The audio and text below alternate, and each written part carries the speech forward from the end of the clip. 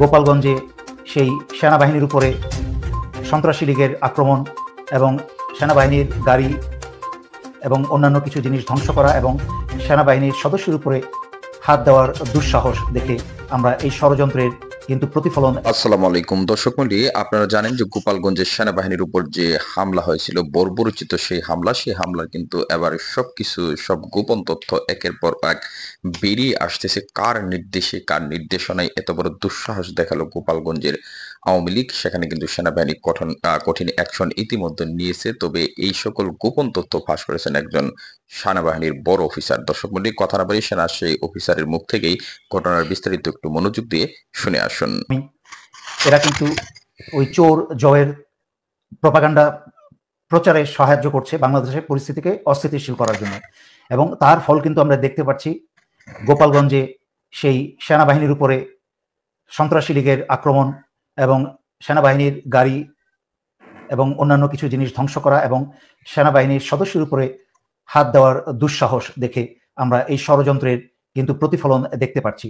একই সাথে আপনারা জেনেছেন যে স্বৈরাচারী শেখ হাসিনা চোরের মতো ভারতে বসে, দেশদ্রোহী শেখ হাসিনা ভারতে বসে ভারতের সহায়তায় সে বাংলাদেশের এই সন্ত্রাসী লীগকে তার বলেছে 15ই আগস্ট যেন ঢাকা শহর দখল করে রাস্তায় নেমে আসে। আমরা একই সাথে দেখে যাচ্ছি ষড়যন্ত্রের অংশ যে বাংলাদেশে যেসব হিন্দুরা দরিদ্র এবং সত্যিকার অর্থে দেশপ্রেমী, তারা কিন্তু এইসব কাজ করে না। সেই সব স্বৈরাচারী হাসিনা এবং বাংলাদেশের পরে কিন্তু স্বৈরাচারী হাসিনা এবং ভারতের দালালি করে যেসব হিন্দুরা, তারা কিন্তু এখন রাস্তায় নেমে এসেছে মিথ্যা প্রপাগান্ডা ছড়াতে।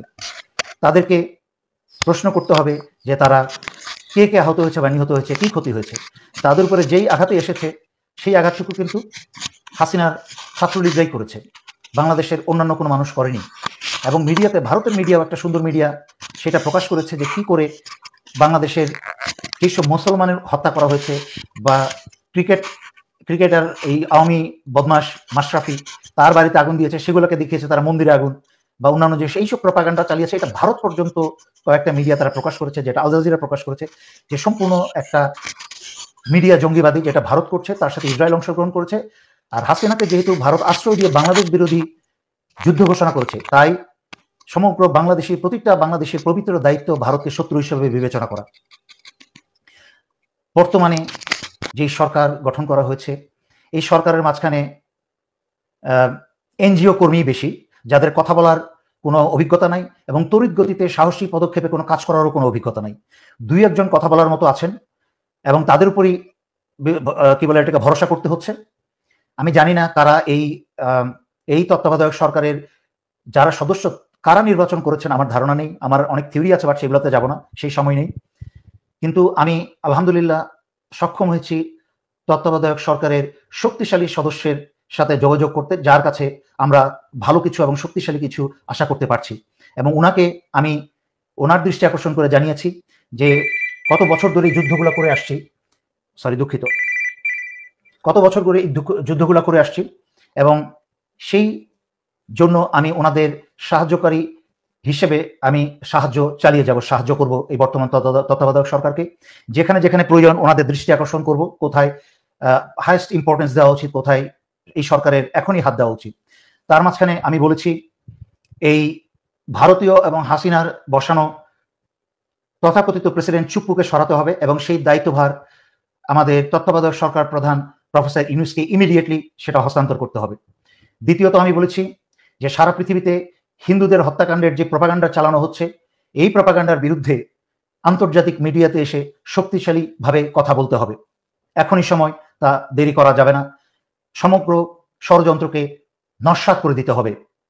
আমি সংগ্রামী ছাত্রছাত্রীদের উদ্দেশ্যে বলছি, তোমরা ইতিমধ্যে পৃথিবীতে একটা উদাহরণ সৃষ্টি করেছ যে সচেতন এবং ছাত্রছাত্রী জনতা একটা দেশের স্বাধীনতা এবং অধিকার রক্ষণে, ফিরিয়ে আনতে এবং রক্ষণে কি শক্তিশালী ভূমিকা রাখতে পারে। তোমরা এমন উদাহরণ সৃষ্টি করেছ যে ইতিমধ্যেই তোমরা দেখে হয়তোবা জেনে থাকবে যে পাকিস্তানের স্টুডেন্ট ফেডারেশন তারাও কিন্তু তোমাদেরকে অনুসরণ করে একটা বক্তব্য দিয়েছে যে 30 তারিখের মাঝখানে যদি ইমরান খানকে কারামুক্ত করা না হয়, তাহলে তারাও বাংলাদেশের ছাত্রদের মতো সারা দেশে আন্দোলন শুরু করবে।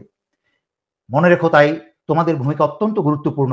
তোমরা শুধুমাত্র বাংলাদেশের মুক্তিতেই না, তোমাদের এই বিসর্জন, তোমাদের রক্ত এবং তোমাদের সাহস, দেশপ্রেম আজকে অন্যান্য দেশের নিপীড়িত মানুষকেও স্বাধীন হতে সেই সাহস যোগাচ্ছে। তাই তোমাদের ঘরে ফিরে যাওয়ার কোনো উপায় নেই। তোমাদের প্রতি আমার অনুরোধ থাকবে, তোমরা সারা বাংলাদেশের সকল শহর, রাস্তাঘাট কমসে কম আগামী ১ মাস তোমরা দখলে রাখো। গত ১৫ বছর বাংলাদেশের যেই সকল মানুষ অত্যাচারিত, নির্যাতিত, গুম, খুন এবং হত্যা হয়েছে, তাদের বিচারের দাবিতে তোমরা আরো কমসে কম ১ মাস বাংলাদেশের সকল জনপদ তোমরা দখল করে রাখো।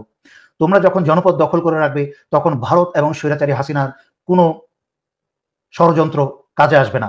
তাই তোমাদেরকে আমি অনুরোধ করছি। দর্শক মণ্ডলী, আপনারা এতক্ষণ ধরে কিন্তু সাবেক সেনাবাহিনীর একজন অফিসারের বক্তব্য শুনে আসলেন। তিনি কিন্তু এখানে পুঙ্খানুপুঙ্খানুভাবে আপনাদের সামনে তুলে ধরার চেষ্টা করেছেন যে গোপালগঞ্জে যে আওয়ামী লীগের এখানে হামলা করার দুঃসাহস তারা কিভাবে দেখালো। তার পাশাপাশি তিনি অনেক গুরুত্বপূর্ণ বিষয় নিয়ে কিন্তু এখানে কথা বলেছেন। আপনারা জানেন যে বর্তমানে বাংলাদেশের পরিস্থিতি কি হচ্ছে, বিশেষ করে গতকাল কিন্তু অনেকটাই উত্তপ্ত অবস্থায় গেছে। স্বরাষ্ট্র উপদেষ্টা এম সাখাওয়াত হোসেন তিনি কিন্তু একটা মন্তব্য করে বসেন সাংবাদিকদের সাথে আলাপকালে যে আওয়ামী লীগ এখনো নিষিদ্ধ হয়নি, তারা দলকে সুসংগঠিত করে সামনে নির্বাচনের জন্য প্রস্তুতি নিতে পারে। এই মন্তব্য করার পরেই কিন্তু বৈষম্য বিরোধী ছাত্র আন্দোলনের নেতা রাজপথে নেমে স্বরাষ্ট্র উপদেষ্টাকে সরাসরি হুমকি দিয়ে বসে তিনি তারা সরাসরি বলে দেয় যে আপনাকে কিন্তু এই দায়িত্ব দেয়া হয়নি। তার পাশাপাশি সরাসরি স্পষ্ট একটা বার্তা দিয়ে দেওয়া হয় যে আপনারা ৫ই আগস্টের কথা ভুলে যাবেন না। অর্থাৎ ৫ই আগস্ট শেখ হাসিনা সরকার যেভাবে পদত্যাগ করে পালিয়ে যেতে বাধ্য হয়, সেই সিনারিওটা তাদেরকে মাথায় সবসময় রাখার কথা বলেছেন। অর্থাৎ তারা এটাই বোঝাতে চেয়েছেন এবং প্রকাশ্যে বলে দিয়েছেন। বৈষম্য বিরোধী ছাত্র আন্দোলনের অন্যতম নেতা আব্দুল্লাহ হাসনাত আব্দুল্লাহ তিনি বলে দিয়েছেন যে আপনাদেরকে যেভাবে আমরা চেয়ারে বসিয়েছি সেরকম ভাবে আপনাদেরকে আমরা চেয়ার থেকে টেনে নামাতেও পারবো। অর্থাৎ ডিরেক্টলি এখানে হুঁশিয়ারি উচ্চারণ করা হয়েছে, যাতে তারা এও বলেছে যে খুনি স্বৈরাচারী সরকারকে যারা পুনর্বাসনের ব্যবস্থা করবে তাদেরকে কাউকে ছাড় দেওয়া হবে না। যার হাতে রক্তের দাগ এখনো শুকায়নি তাকে কিভাবে দেশে ফিরিয়ে আনার কথা একজন উপদেষ্টা বলে, সেই বিষয়টি নিয়ে কিন্তু বিস্তর প্রশ্ন তুলেছেন বৈষম্য বিরোধী ছাত্র আন্দোলনের নেতারা। তার পাশাপাশি বিএনপিও কিন্তু গতকাল ঢাকাতে বিক্ষোভ মিছিল বের করেছিল এই স্বরাষ্ট্র উপদেষ্টার পদত্যাগের দাবিতে। তারা সরাসরি এখানে এক দাবিতেই মাঠে নামেন এবং তারা বলেন যে অনতিবিলম্বে এই স্বরাষ্ট্র উপদেষ্টাকে পদত্যাগ করতে হবে, তা না হলে তারা আরো কঠোর থেকে কঠোর কর্মসূচি গ্রহণ করবে। এক কথায় বলতে গেলে এই বিষয়টি নিয়ে সারা দেশ কিন্তু উত্তপ্ত। এক কথায় আপনারা হয়তোবা সামাজিক যোগাযোগ মাধ্যম থেকে প্রতিটি মাধ্যম, ইলেকট্রনিক এবং প্রিন্ট মিডিয়াতেও কিন্তু এই নিউজটি আজকে চলে এসেছে এবং সবকিছু মিলিয়ে এই বিষয়গুলোতে আপনার মূল্যবান মন্তব্য আপনি অবশ্যই কমেন্ট বক্সে লিখে জানাবেন। আর আপনাদের প্রতি একটি বিনীত রিকোয়েস্ট করবো, সেটি হলো আপনারা যারা অনলাইনে শুধু গুজবের ভিড়ে সবসময় সত্য সংবাদগুলো সবার আগে জানতে চান, যারা এখন পর্যন্ত আমাদের এই ভিডিও নিশ্চয়ই চ্যানেলটিকে সাবস্ক্রাইব করেননি, চ্যানেলটিকে সাবস্ক্রাইব করে পাশে থাকা বেল আইকনটি বাজিয়ে সাথে থাকবেন। ধন্যবাদ সবাইকে। আসসালামু আলাইকুম।